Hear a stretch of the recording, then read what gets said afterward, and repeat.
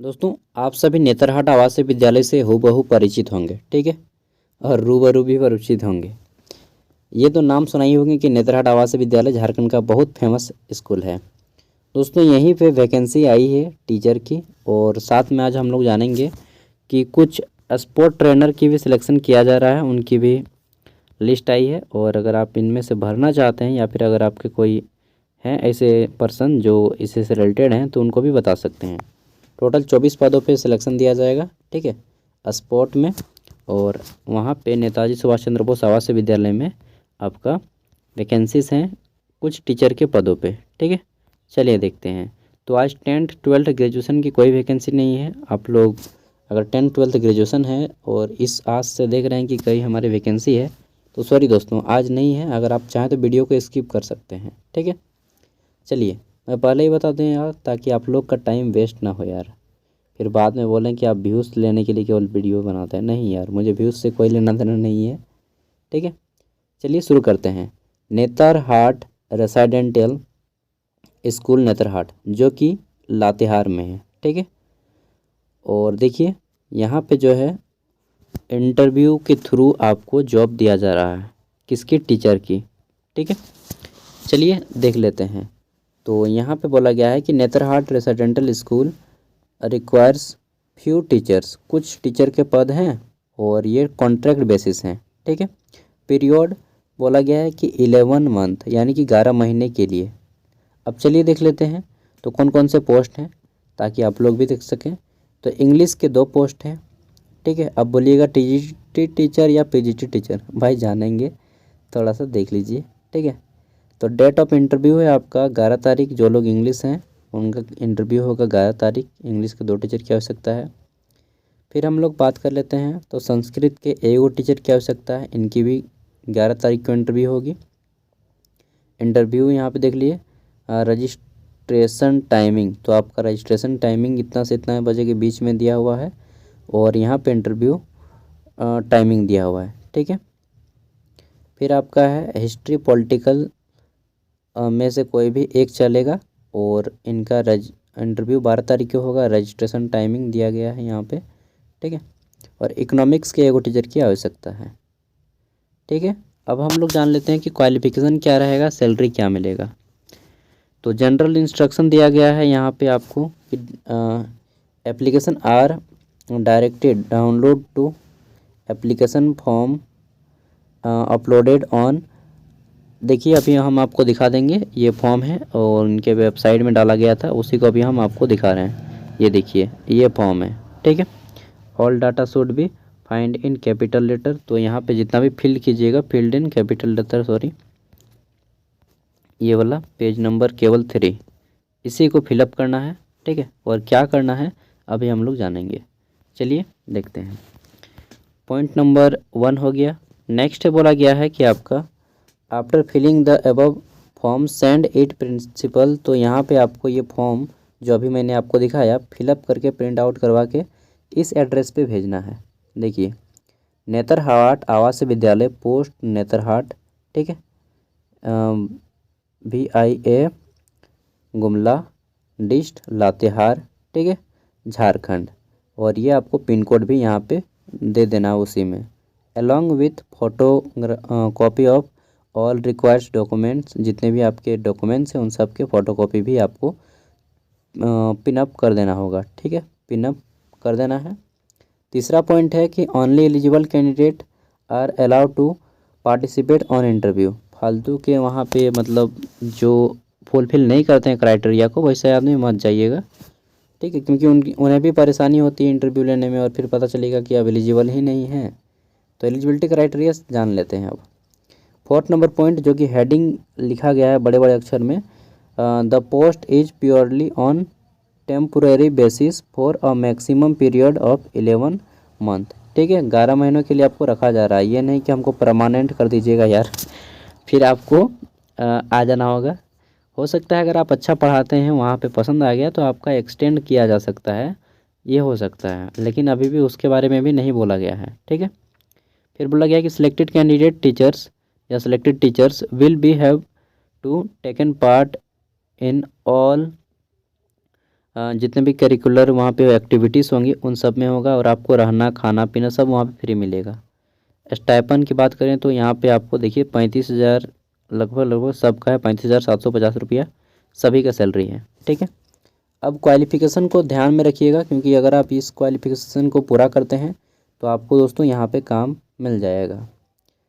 पहला है essential qualification और एक है डिजायरेबल क्वालिफ़िकेशन, ठीक है। एसेंशियल मतलब न्यूनतम और डिजायरेबल मतलब ये आपका है तो बहुत अच्छा है, इनका ही पहले सिलेक्शन होगा डिजायरेबल वालों का। अगर डिजायरेबल कैंडिडेट नहीं पहुंचता है तब एसेंशियल कैंडिडेट का सिलेक्शन होगा, ठीक है। एसेंशियल में है कि आप मास्टर डिग्री किए होने चाहिए, बीए बीकॉम बीएससी जो भी हो, sorry PG MA MCom MSc जो भी हो, मास्टर डिग्री, ठीक है, इंग्लिश में किए होने चाहिए मास्टर डिग्री।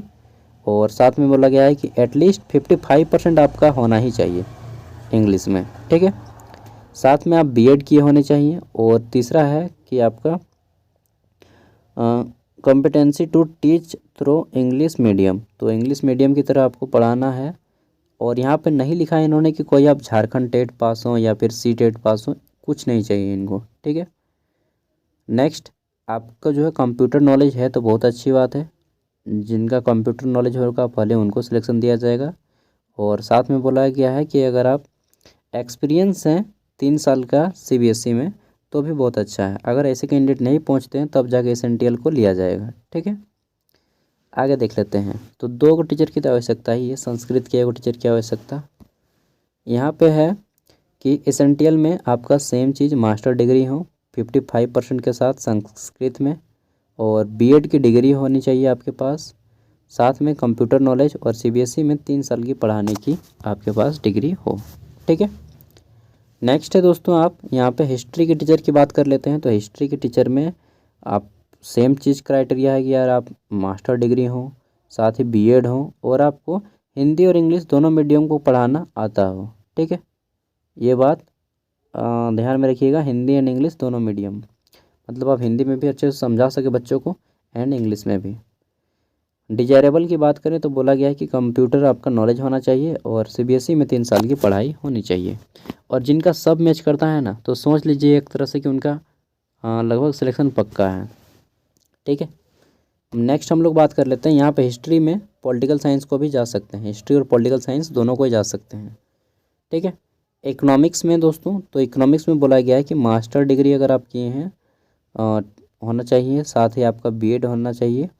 और यहाँ पे इन्होंने ये नहीं बोला गया है कि आप यहाँ पे इंग्लिश मीडियम हो या हिंदी मीडियम हो, मास्टर वाला में नहीं बोला है। इन्होंने बस बोला कि कंप्यूटर आना चाहिए और आपका एक्सपीरियंस होना चाहिए, ठीक है।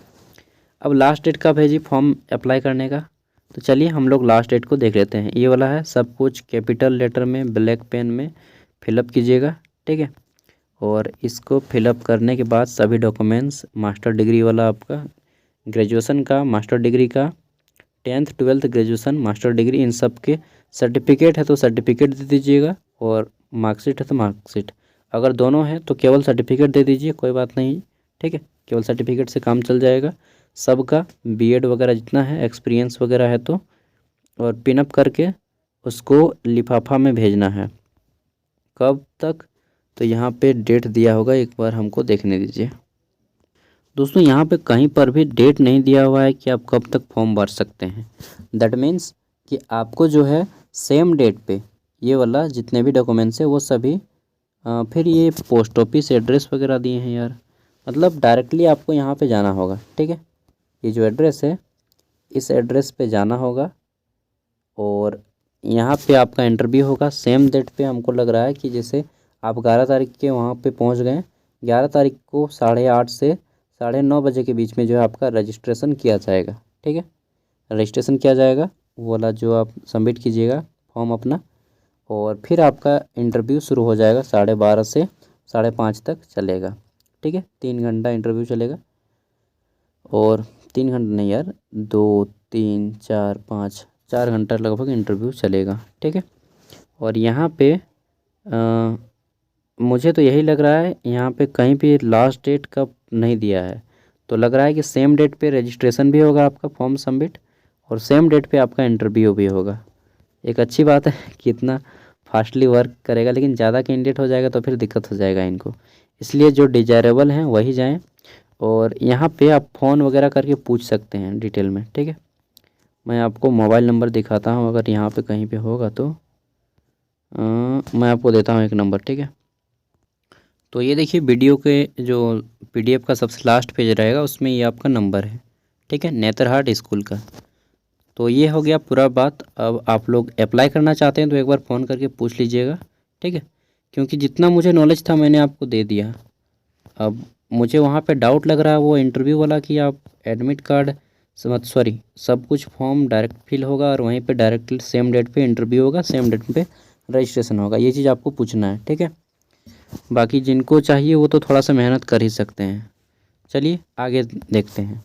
तो हम लोग नेक्स्ट वैकेंसी के ऊपर बात करेंगे जो कि संविदा के आधार पे है और क्रीड़ा प्रशिक्षण के पद पर नियुक्ति हेतु, ठीक है। तो मतलब कि स्पोर्ट ट्रेनर की पोस्ट है, उसी में सिलेक्शन करना है। अब देखिए यहाँ पे कितने टीचर की आवश्यकता है, ट्रेनर की आवश्यकता है। हॉकी में 2 गो, फुटबॉल में 11 गो, तीरंदाजी में, आर्चरी में आपका 4 गो है, एथलेटिक्स में 3 गो है, बैडमिंटन में 2 गो है, वॉलीबॉल में 1 गो है, कबड्डी में 1 गो है। कुल मिला के 24 को ट्रेनर की आवश्यकता है यहाँ पे, ठीक है, आवश्यकता है। और यहाँ पे शैक्षणिक योग्यता बोला गया है कि किसी भी मान्यता प्राप्त संस्थान से ग्रेजुएट हो आप, बस सिंपल, ठीक है। और साथ में भारतीय संस्थान से मान्यता प्राप्त भारतीय खेल प्राधिकरण यानी कि नेशनल इंस्टीट्यूट ऑफ स्पोर्ट से संबंधित खेल विभाग में पूर्णकालिक रेगुलर डिप्लोमा किए हों। साथ ही जो है कम से कम 3 वर्षों का प्रशिक्षण कार्य अनुभव हो आपके पास उसी फील्ड में जिसका आप ट्रेनर बनने जा रहे हैं। अतिरिक्त खेल अर्हता यहाँ पे, तो इन सब को देख लीजिएगा अगर आपको अप्लाई करना है। बाकी मैं कुछ चीज़ें दिखा दे रहा हूँ, मैक्सिमम मार्क्स और मार्क्स एलोटेड, ठीक है। तो किस में कितना मार्क्स दिया जाएगा वो चीज़ देख लीजिएगा इधर, ठीक है, कि मेडल वगैरह कहाँ पे कितना लाए हैं तो कितना कितना मार्क्स मिलेगा और इसी के बेसिस पे आपको सिलेक्शन दिया जाएगा। तो जो लोग अप्लाई करना चाहते हैं वो लोग अप्लाई कर सकते हैं। फिर 1B कोच, ठीक है। तो इधर आपको देख लेना है टोटल कहाँ से आप कितने मार्क्स ला रहे हैं। अगर आप इसमें 50% भी मार्क्स स्कोर कर पा रहे हैं, अगर आपने इन सब को अचीव कर लिया है तो आपको अप्लाई कर देना है ये फॉर्म, ठीक है। और अप्लाई करने की लास्ट डेट जो है, अरे यार वो भी हम लोग इसी वीडियो में जान लेंगे, देख लेंगे यार कहाँ पे है भाई। देखिए यहाँ पे जो आपको सैलरी दी जाएगी वो कुछ इस प्रकार से है कि चयनित अभ्यर्थियों को नियुक्ति की अवधि में वित्त विभाग के संकल्प संख्या 965 दिनांक 2009 के तहत जो है आपको 60,400 रुपये प्रत्येक माह दिया जाएगा, ठीक है। तो जो भी स्पोर्ट्स के यूथ भी हैं, अगर आपके पास इतना क्वालिफिकेशन है और आप एक्सपीरियंस हैं तो आप जा सकते हैं, और हमारे झारखंड में तो बहुत ज़्यादा है, ठीक है।